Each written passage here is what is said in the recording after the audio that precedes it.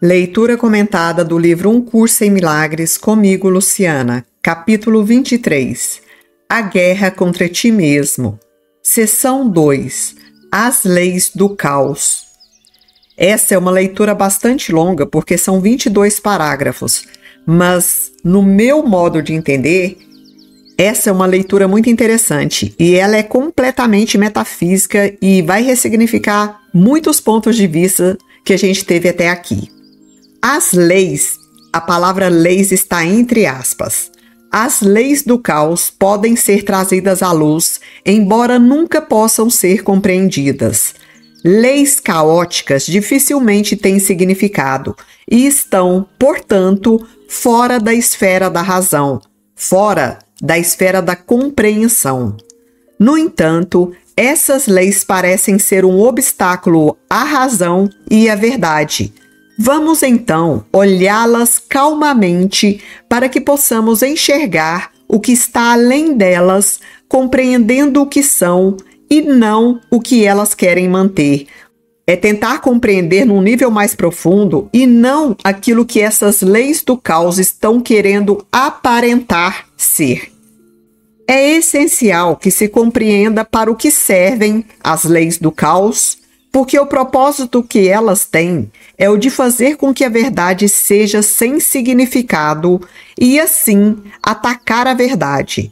Aqui estão as leis que regem o mundo que você fez, e, no entanto, estas leis nada governam, e, desse modo, não é preciso quebrá-las, mas simplesmente olhar para elas e ir além.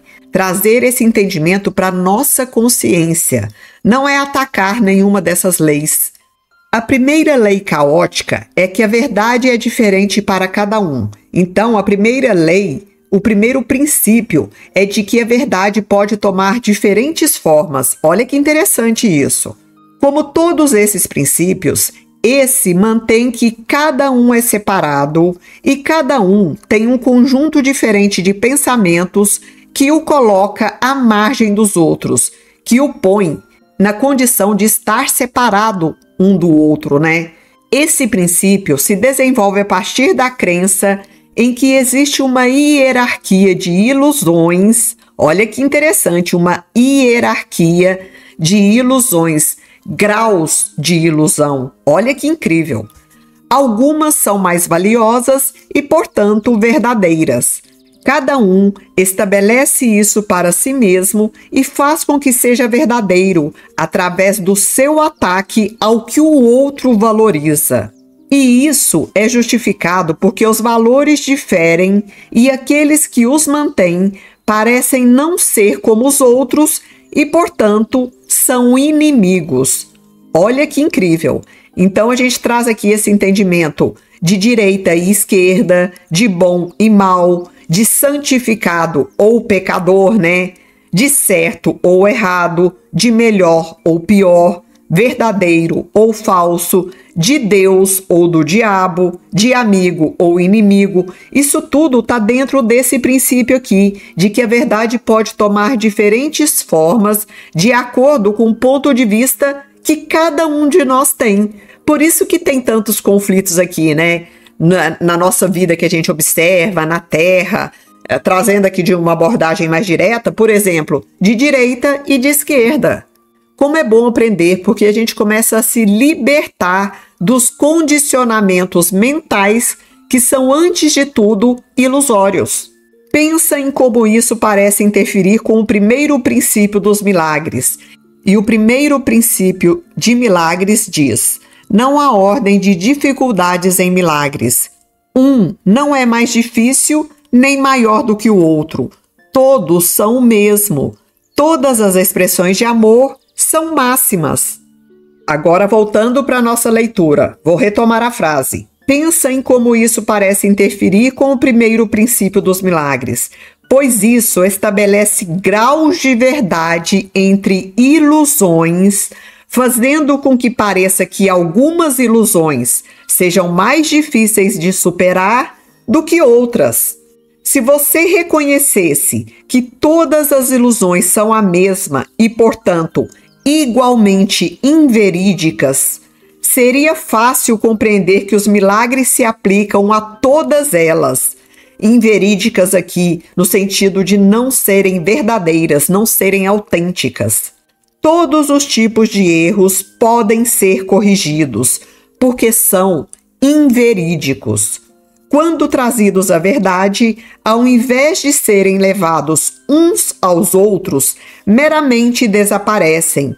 Ao invés da gente tentar corrigir um erro com outro erro, que ambos são ilusões, quando a gente traz esses erros para a verdade, olha com esse olhar da razão, da verdade, esses erros desaparecem, ambos, não apenas um, porque os dois são a mesma ilusão. Nenhuma parte do nada pode ser mais resistente à verdade do que a outra. A segunda lei do caos, de fato valorizada por todos os adoradores do pecado, é que cada um não pode deixar de pecar e, portanto, merece ataque e morte. Então, essa segunda lei do caos, que é um princípio que diz que o pecado é real e, portanto, o sacrifício é real, porque nós somos pecadores. Isso é uma lei do caos. Isso é uma inverdade, é uma ilusão. Esse princípio, estreitamente relacionado com o primeiro, é a exigência de que os erros pedem punição e não correção. Pois a destruição daquele que faz o erro o coloca além da correção e além do perdão. O que o outro fez é assim interpretado como uma sentença irrevogável sobre si mesmo, a qual o próprio Deus não tem o poder de superar.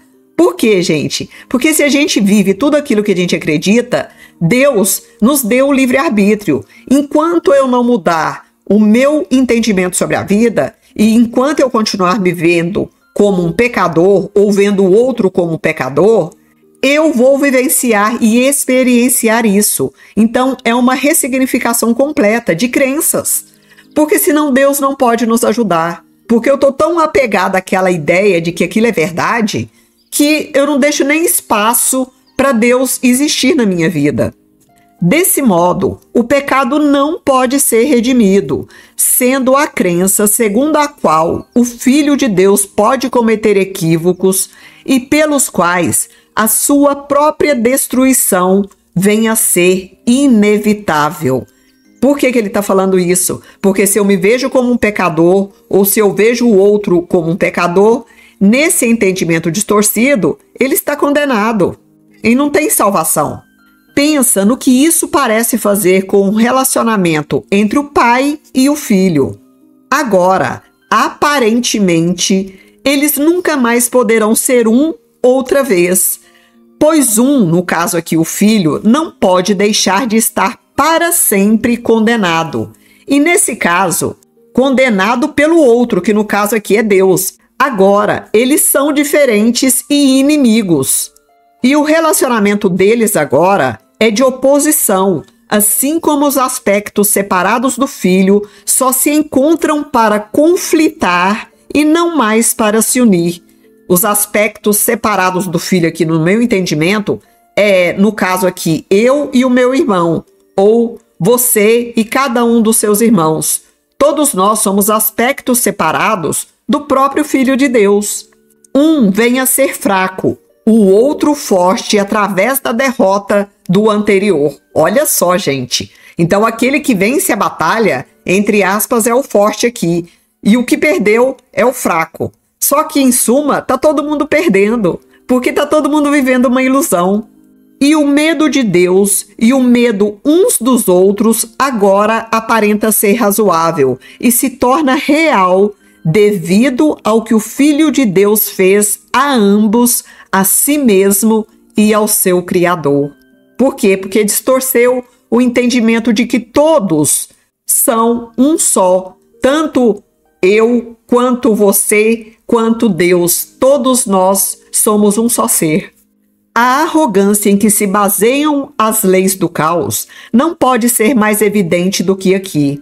Aqui está um princípio que pretende definir o que o Criador da realidade tem que ser, o que ele tem que pensar, o que ele tem que acreditar e como ele tem que responder acreditando nisso. Olha só, se não é a gente querendo definir, descrever como Deus tem que comportar, como Deus tem que atuar, como Deus tem que ser, onde Deus tem que agir. Olha só, gente, que engano incrível.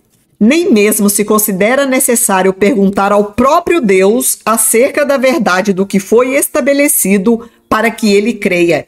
E aí, a gente nem pergunta para Deus, entre aspas, esse perguntar, né? Se ele aceita aquilo que a gente estabeleceu para ele, que é o que ele tem que acreditar, como a realidade tem que ser, o que ele tem que pensar, como ele tem que responder. Olha só que absurdo. Seu filho pode lhe dizer isso e Deus não tem senão a escolha de aceitar a sua palavra ou estar equivocado. Isso que eu chamo de imposição. Isso conduz diretamente à terceira crença absurda que parece fazer com que o caos seja eterno. Pois se Deus não pode estar equivocado, ele tem que aceitar a crença do seu filho acerca do que ele é e odiá-lo por isso. Odiar o próprio filho porque entendeu que o filho é um pecador.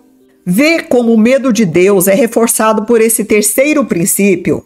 E essa terceira lei, que é essa terceira crença absurda, é o princípio de que o medo de Deus tem que ser real, porque Deus castiga os pecadores.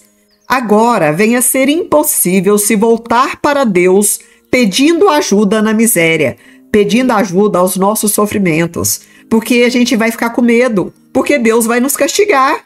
Pensa só, gente. Pois agora ele veio a ser o inimigo que causou essa miséria a quem é inútil apelar. Por que é inútil apelar? Porque o próprio Deus está nos castigando. Como é que eu vou pedir para ele me ajudar a sair desse sofrimento? Porque só pode ser castigo de Deus. Olha só quantas coisas equivocadas.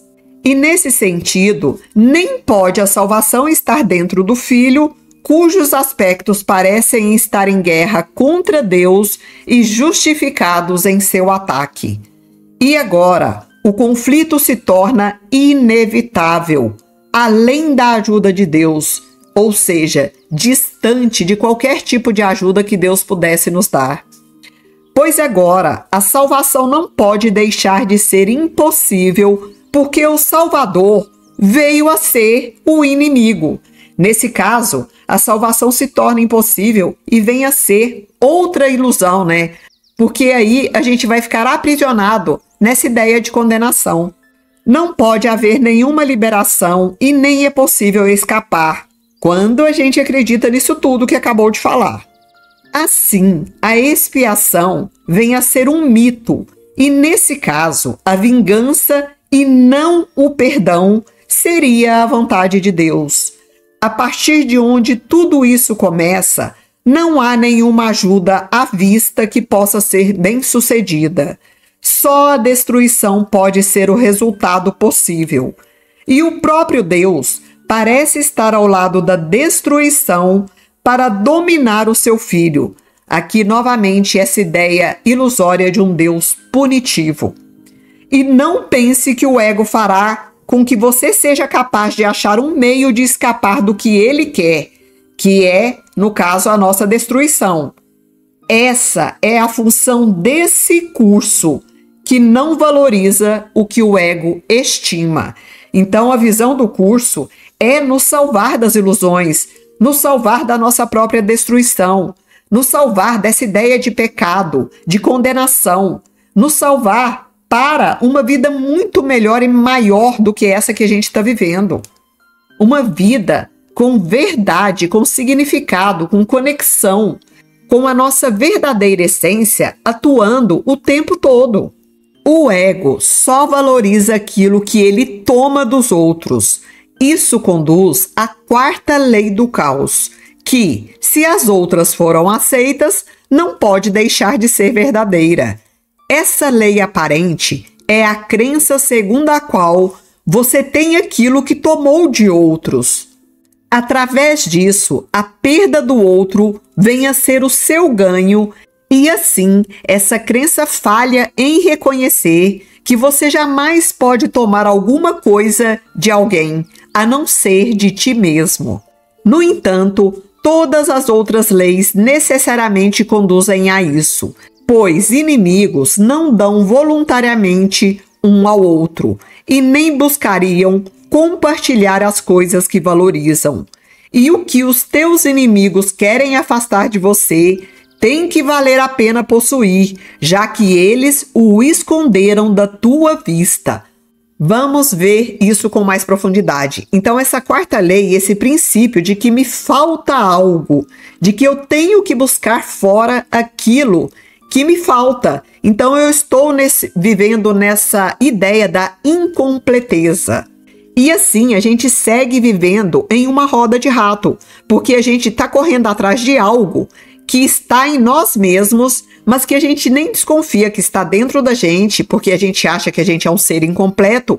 Então, a gente fica buscando fora. E a gente segue vivendo mesmo nessa rodinha de rato. É como se o ratinho estivesse girando ali, correndo sem nunca alcançar.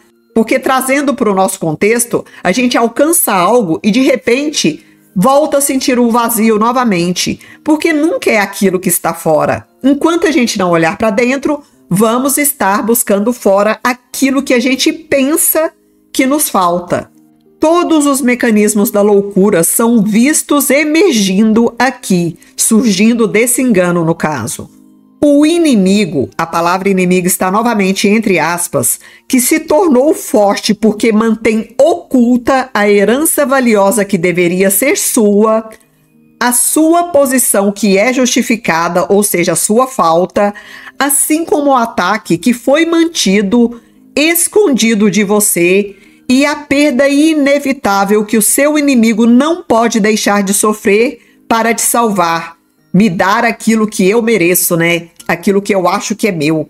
Olha que frase longa, mas complexa também, mas interessante. E assim, os culpados protestam em favor da sua inocência.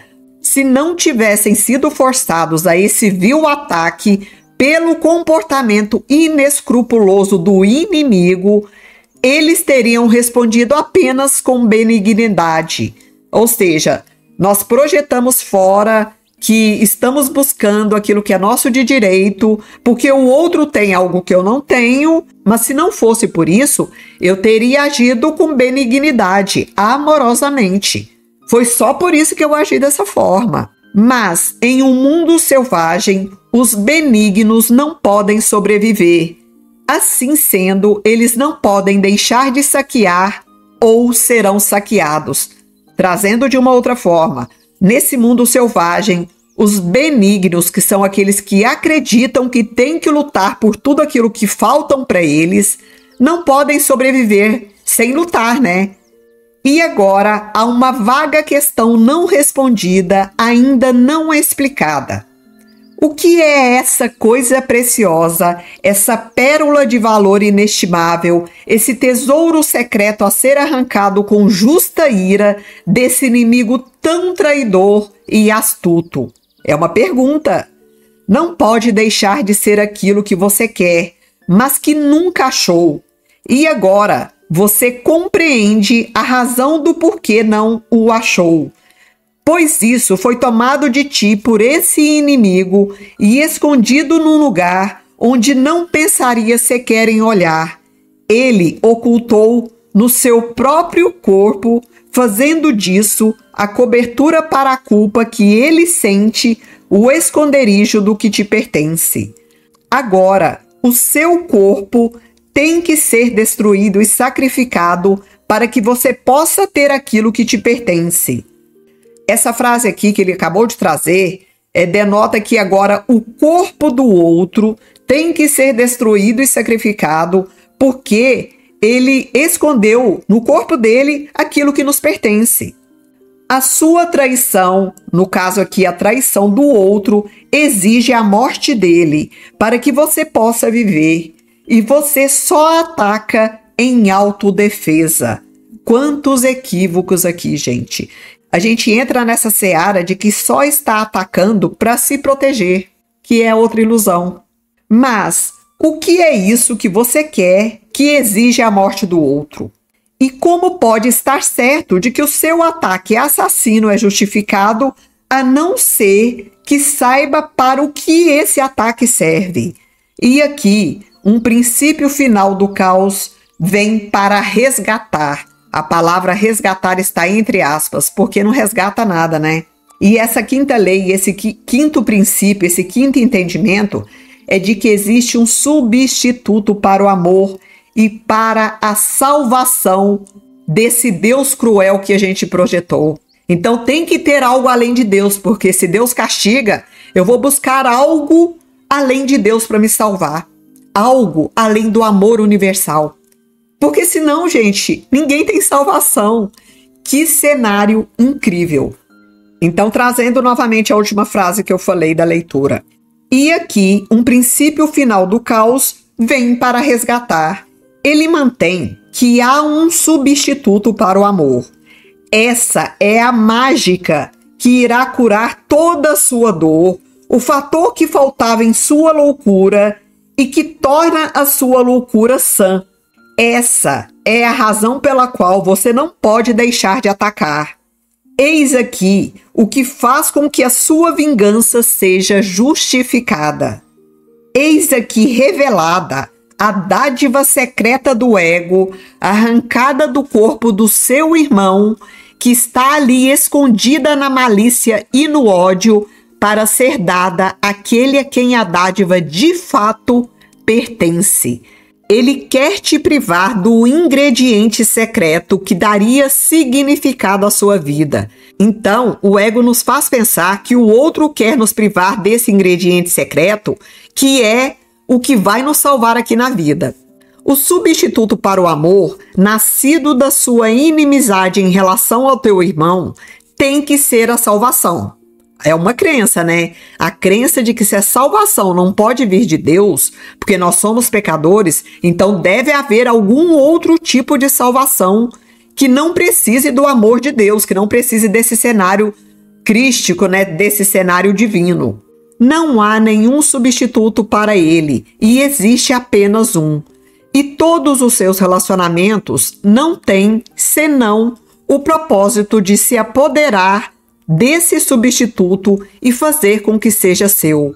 A sua posse nunca será completa e nunca o seu irmão deixará de te atacar em função do que você lhe roubou, daquilo que a gente roubou do nosso irmão, né?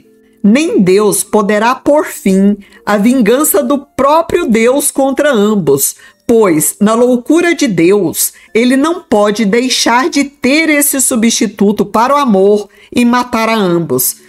Isso tudo é interpretação da nossa mente. Olha só, como se Deus fosse louco. Então, esse substituto para o amor que está escondido no outro, Deus também está tentando nos impedir de acessar isso, porque ele quer nos castigar e matar a ambos, matar o outro e a gente. Você que acredita que caminha na sanidade, com os pés em terra sólida e através de um mundo no qual é possível achar um significado, considera isto. Essas são as leis nas quais a sua sanidade parece se basear. Esses são os princípios que fazem com que a terra sob os seus pés pareça sólida. E é aqui que procura um significado. Aqui, nesse cenário chamado vida, nesse contexto da vida humana. Essas são as leis que você fez para a sua salvação. Elas mantêm no lugar o substituto para o céu que você prefere. Esse é o seu propósito, pois essas leis foram feitas para isso, as leis do caos. Não faz sentido questionar o que significam. Por que ele trouxe isso? Porque se a gente acredita nelas, como eu vou questionar essas leis se eu acredito nelas? Isso é evidente. Os meios da loucura têm que ser insanos. Você está igualmente certo de que reconhece que a meta é a loucura? Está perguntando se a gente consegue ter esse nível de compreensão de que a meta de todo esse cenário é a loucura. Ninguém quer a loucura. E ninguém fica apegado à própria loucura quando vê que é isso que ela é, quando vê que a loucura está sendo manifestada no mundo. O que protege a loucura é a crença em que ela seja verdadeira. Esse mundo louco que a gente vê, né? Que a gente acredita. Ninguém se manteria preso às ilusões se descobrisse que o cenário que a gente chama de vida é apenas a representação de cenas imaginárias que estão na nossa própria mente. E é por isso que ele diz que o que protege a loucura é a crença em que essa loucura seja verdadeira. É a função da insanidade tomar o lugar da verdade. Ela tem que ser vista como verdade para que se acredite nela. E se ela é a verdade, então, necessariamente o seu oposto, que antes era a verdade, agora não pode deixar de ser loucura. Quando a gente acredita que uma ilusão é a verdade, a gente começou a acreditar que a outra realidade é que é loucura. Que essa realidade que um curso em milagres nos traz é que é loucura, é que é insano. Porque a gente sai desse entendimento de que somos seres divinos. E aí a gente começa a entrar nessa outra perspectiva de sermos seres humanos reais, sendo que somos apenas personagens desse cenário aqui. Tal reversão, completamente ao contrário, onde a loucura é sanidade, as ilusões são verdadeiras e onde o ataque é benignidade, o ódio é amor e o assassinato é uma bênção, essa é a meta a que servem as leis do caos. Eu vou trazer novamente. Tal reversão, ou seja, tal inversão de significados, onde a loucura é sanidade, as ilusões são verdadeiras, onde ataque é benignidade, onde o ódio é amor. Tipo assim, eu tô fazendo isso por amor, eu tô te castigando por amor, eu tô te punindo por amor. Onde assassinato é bênção. Essa é a meta a que servem todas essas leis do caos. Esses são os meios pelos quais as leis de Deus aparentam estar revestidas, aparentam terem retrocedido, aparentam estar ao contrário. Aqui, as leis do pecado parecem manter o amor cativo e deixar que o pecado se vá em liberdade. Aqui nesse cenário chamado vida, as leis do pecado parecem manter o amor aprisionado e deixar que o pecado se mantenha livre, em liberdade, acontecendo em todos os cenários aí da vida humana, né? Mas essas não parecem ser as metas do caos, porque através dessa grande reversão, dessa grande inversão de significados, as leis do caos aparentam ser as leis da ordem. Mas como poderia não ser assim? Por quê? Porque se a gente acredita nas leis do caos como sendo verdadeiras, então é isso que a gente vai ver. Por isso que ele traz aqui essa pergunta. Como poderia não ser assim? O caos é a ausência de leis e não tem leis. Fala se não é bastante significativo, bastante atrelado ao mundo que a gente vê. A tudo que a gente vê aí divulgado, a tudo que a gente vê de comportamento humano. É a ausência de leis, é desordem pura, porque o caos é isso. Nós vivemos num mundo caótico, controlado por leis caóticas. Para que se acredite nele, suas aparentes leis têm que ser percebidas como reais. Essas leis do caos têm que ser percebidas como verdadeiras. Sua meta de loucura tem que ser vista como sanidade, tem que ser visto como algo normal. Olha se a gente não entra nesse entendimento da normose. Todo mundo aqui vivendo essa vida louca, achando que é normal. E o medo, com lábios cinzentos e olhos que não veem, cego e terrível ao ser contemplado, é erguido ao trono do amor, seu conquistador moribundo, seu substituto, o salvador da salvação. O medo aqui é elevado à condição de amor. É aquilo que eu acabei de falar. A gente pune alguém mas por amor, colocando essa máscara do amor.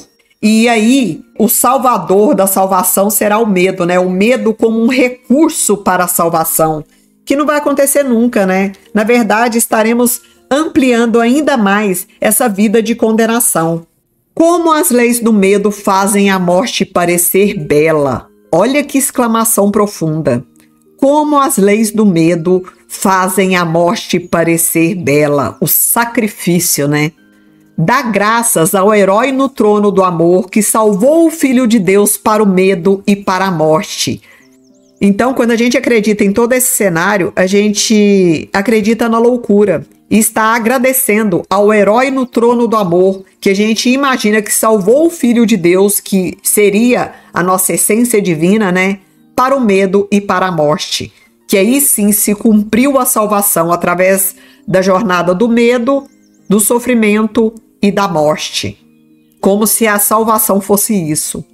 Entretanto, como é possível que se possa acreditar em semelhantes leis, em leis desse tipo, né, tão insanas? Existe um estranho instrumento que possibilita isso. Ele já nos é bastante familiar e nós já vimos como ele parece funcionar muitas vezes antes. Mas, na verdade, ele não funciona. Entretanto, nos sonhos, ou seja, em ilusões, onde só as sombras desempenham papéis principais, ele parece muito poderoso. Nenhuma lei do caos poderia compelir a crença a não ser através da ênfase na forma e da desconsideração do conteúdo. Eu vou trazer essa frase de uma outra forma. Olha que interessante. Nenhuma lei do caos poderia nos obrigar a acreditar nessas crenças que foram faladas, a não ser através da ênfase na forma, ou seja, no foco em tudo aquilo que está separado no mundo das formas. A ideia de forma entra em corpos, objetos, cenários que a gente enxerga, tudo aquilo que a gente percebe com o sentido da visão do olho físico, que é extremamente limitado. Então, através da ênfase na forma e da desconsideração do conteúdo. E o que é o conteúdo, gente? A nossa essência, o nosso ser crístico, a nossa consciência crística unificada. Eu olho para o mundo que está à minha volta, percebo todas as formas, com a visão limitada do olho físico, mas eu não olho com a visão crística, com essa consciência mais elevada, que estamos todos unidos, não tem nada separado. Ninguém que pense que qualquer uma dessas leis é verdadeira, vê o que ela significa, o que ela diz realmente. Algumas das formas que tomam parecem ter significado, e isso é tudo. Como é possível que algumas formas de assassinato não signifiquem morte? É possível que um ataque, sob qualquer forma, seja amor? É uma pergunta. Que forma de condenação pode ser uma bênção? Mais uma pergunta. E quem pode fazer com que o seu próprio Salvador seja impotente e achar a salvação? Então, quando eu considero esse ser crístico impotente, como eu vou achar a salvação? Eu estou colocando o foco da minha salvação nas mãos de ilusões, tanto do ego quanto da própria personalidade, que é esse personagem que eu vivo aqui. Não permita que a forma do ataque a ele te engane. Não pode buscar danificá-lo e ser salvo. Quem pode achar segurança contra o ataque voltando-se contra si mesmo? Porque quando eu ataco algo fora de mim, eu estou atacando a mim mesmo. Como pode ter importância a forma que essa loucura toma? É um julgamento que derrota a si mesmo, condenando o que diz que quer salvar. Não se engane quando a loucura toma uma forma que pensa ser bela. Não se engane quando a loucura toma forma do corpo físico, de bens materiais, de coisas que a gente está percebendo com a visão limitada do olho físico. Aquilo que tensiona a sua destruição não é teu amigo. a personalidade aqui como uma forma física, né? E o ego como essa forma pensamento, que é uma criação mental, um pensamento atrelado a uma emoção. Formas em ambos os sentidos, tanto na forma física, como a gente reconhece que é a nossa personalidade, como a forma pensamento, que são crenças, ideias, pensamentos que o ego cria no nosso cenário mental.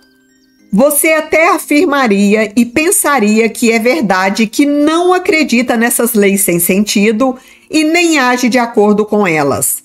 E quando você olha para o que elas dizem, você até imagina que não se pode acreditar nelas. Irmão, você acredita nelas. Por mais que a gente leia isso tudo aqui, que a gente esteja entendendo o que está sendo falado aqui nessa leitura, a gente pensa, nossa, é verdade mesmo, olha quantas ilusões. Mas o próprio Jesus aqui está nos falando, irmão, você acredita nessas formas que você está percebendo, que você está vivenciando aqui.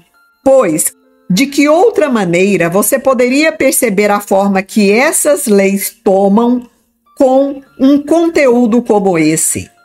É possível que quaisquer dessas formas se mantenham, no entanto, você acredita nelas pela forma que elas tomam e não reconhece o conteúdo. Nós não conseguimos ver o conteúdo, a essência de quem somos. Ele nunca muda. O conteúdo nunca muda, né? Você pode pintar lábios cor-de-rosa em um esqueleto, vesti-lo com o que é belo, agradá-lo e mimá-lo e fazê-lo viver? Tá perguntando se a gente pode maquiar, vestir um esqueleto, que é o que a gente representa aqui nessa personalidade, e tornar esse esqueleto algo vivo? Então o corpo é uma forma de pensamento também, manifestada fisicamente, mas ele não é eterno, porque ele é uma ilusão, tão ilusória quanto o próprio ego, tanto a nossa personalidade como o próprio ego. Eu não sei se eu estou conseguindo trazer com um pouco de clareza para vocês, gente, porque parece complexo mesmo. Até para mim foi difícil chegar a esses entendimentos aqui. Então, coloquem lá nos comentários, me ajudem também, para que eu entenda a percepção de vocês a respeito dessa leitura. Então, vou retomar essa pergunta que ele fez. Você pode pintar lábios cor-de-rosa em um esqueleto, vesti-lo com o que é belo, agradá-lo e mimá-lo e fazê-lo viver? É claro que não, né? E você pode ficar contente com uma ilusão de que esteja vivendo? A gente pode ficar contente com a ilusão de que esse esqueleto que a gente vestiu, maquiou, mimou, de que ele esteja vivendo? Nossa, é muito profundo. Não há vida fora do céu. Do céu aqui, trazendo como um estado de consciência. Onde Deus criou a vida, lá ela tem que estar. Em qualquer estado separado do céu, a vida é uma ilusão. Na melhor das hipóteses, parece vida. E na pior das hipóteses, parece morte. No entanto, os dois são julgamentos sobre o que não é vida e são iguais na sua falta de acuidade e de significado. Ambos são crenças. A vida fora do céu é impossível e o que não está no céu não está em nenhum lugar. Fora do céu existe apenas o conflito de ilusões, sem sentido, impossível e além de toda razão, mas apesar disso, percebido como uma eterna barreira para o céu. Ilusões não são outra coisa senão formas. Seu conteúdo nunca é verdadeiro. Ilusões são apenas formas. Então, o conteúdo das ilusões nunca é verdadeiro. Nem a gente como personalidade e nem essa voz do ego. Nada disso é real. O que é real é o nosso ser crístico. As leis do caos governam todas as ilusões. As suas formas conflitam, fazendo com que pareça bastante possível valorizar algumas dessas formas acima de outras. E eu vou trazer aqui no meu entendimento o que eu acho que são essas formas conflitantes. corpos, relacionamentos, doenças, bens materiais, poder, sucesso, vaidade, beleza, dinheiro, acidentes, brigas, ataques. Tudo isso aqui são formas ilusórias manifestadas nas nossas vidas, que a gente acredita que são reais. Entretanto, cada uma delas se baseia com tanta certeza quanto as outras se baseiam na crença segundo a qual as leis do caos são as leis da ordem. A gente pensa que isso tudo que foi falado aqui é o aspecto da própria realidade. Mas não, isso está em completo desacordo com a realidade do nosso Criador. Cada uma dessas formas sustenta essas leis de forma completa, oferecendo um testemunho certo de que essas leis são verdadeiras. Por que ele traz aqui essa fala, oferecendo um testemunho certo? Porque a gente vai atrair aquilo que a gente acredita. As testemunhas são pessoas, relacionamentos, comportamentos, situações, dificuldades, tudo isso confirmando as nossas crenças. Isso tudo é forma, é o mundo da forma. As formas aparentemente mais gentis do ataque não são menos certas no seu testemunho ou nos seus resultados. É certo que as ilusões trarão medo, devido às crenças que nelas estão implicadas, porque a crença cria a forma física, que fique bem claro, mas não devido à forma em si. Então, pequenas ilusões ou grandes ilusões, todas elas estão baseadas em crenças e todas as crenças trarão uma forma manifestada no mundo físico. E a falta de fé no amor, sob qualquer forma, testemunha a realidade do caos. A gente vai atrair tudo aquilo que é caótico, se a gente acreditar nisso. Quando eu acredito em tudo aquilo que é elevado, tudo aquilo que é amoroso, pacífico, alegre, justo, também é isso que eu vou atrair para minha vida. Da crença no pecado, necessariamente decorre a fé no caos. Como é uma decorrência, parece ser uma conclusão lógica, um passo válido no pensamento ordenado. Como é uma decorrência, como acreditar no pecado atrai o caos, isso parece ser uma conclusão lógica. É um passo válido nesse pensamento ordenado de que o pecado existe, por isso também existe esse caos aqui na vida que a gente enxerga. A vida tem que ser caótica, tem que ser difícil mesmo. Os passos para o caos decorrem de forma ordenada do seu ponto de partida. Os passos que criam, que originam o caos, decorrem de forma ordenada também do seu ponto de partida. E o ponto de partida do caos é sempre uma crença. Cada um deles é uma forma diferente na progressão da reversão da verdade, conduzindo ainda mais ao aprofundamento do terror e ao distanciamento da verdade. Então, cada passo que a gente dá nesse mundo ilusório da crença é uma forma diferente na tentativa de negar cada vez mais a realidade, a verdade, a razão, a nossa essência. Não pense que um passo é menor do que o outro, nem que é mais fácil o retorno de um do que do outro. Toda a descida do céu está em cada um deles. E onde o seu pensamento começa, lá ele tem que terminar. Em outras palavras, onde a sua mente foca, é isso que você vai ver no mundo da forma. Essas são as testemunhas. Irmão, não dê nenhum passo para a descida ao inferno, pois, tendo dado um, não reconhecerá o resto pelo que eles são. E eles se seguirão um a um. O ataque, sob qualquer forma, colocou o seu pé sobre a escadaria tortuosa que conduz para longe do céu. Então, qualquer forma de ataque, por mais ínfima que seja, nos coloca nessa escadaria para essa descida que ele traz aqui para o caos como sendo o inferno. No entanto, a qualquer instante é possível que tudo isso seja desfeito. Mais uma vez aqui, deixando claro o poder da nossa escolha, o poder de decidir fazer diferente, pensar diferente, viver diferente, não de acordo com o que a normose, com o que a manada está fazendo, com o que todo mundo faz.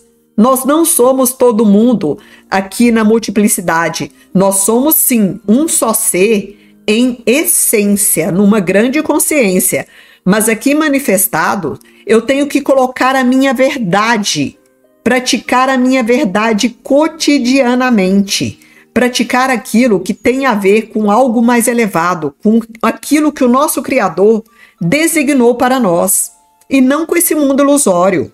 E para isso, o poder de decidir diferente, de escolher, o poder de decisão é extremamente importante. Como você pode saber se escolheu os degraus do céu ou o caminho para o inferno? Isso é bem fácil. Como se sente? A paz está na sua consciência? Nossa, olha que simples. Você está certo da direção em que está indo? E está seguro de que a meta do céu pode ser alcançada? Se você não acredita, caminha sozinho. Pede, então, ao seu amigo que se una a você e que te dê a certeza de onde você vai. Quem é esse amigo, gente? O ser crístico em nós, o Cristo que habita cada um de nós, ou o Espírito Santo. Peça ajuda, peça para que ele te guie. Nós estamos aqui, nesse cenário incrível, para sermos conduzidos, para ter uma vida melhor, uma vida amorosa, uma vida alegre, uma vida pacífica, em unidade, e não visando a separação e os ataques. Essa é uma leitura bastante longa, mas eu espero que vocês a ouçam mais vezes, porque tem muitas chaves aqui de compreensão dessa nossa vida que a gente leva, como ser humano, no caso, né?